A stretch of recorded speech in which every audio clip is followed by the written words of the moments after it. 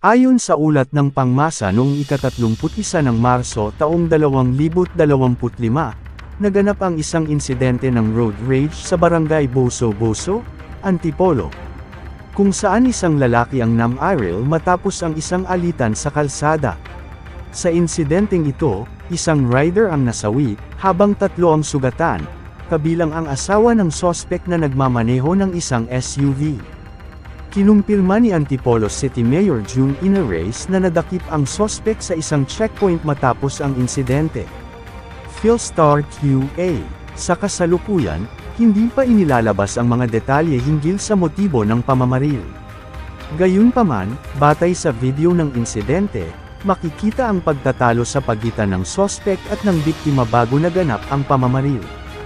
Ipinapakita nito na ang insidente ay maaaring nag-ugat mula sa hindi pagkakaunawaan sa kalsada.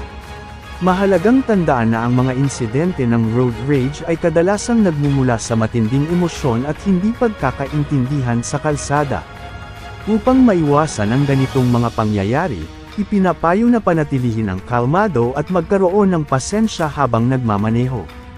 Para sa karagdagang kaalaman tungkol sa road rage Antipolo Boso-Boso, huwag kalimutang mag-subscribe sa aking YouTube channel Mr. Kasagpa.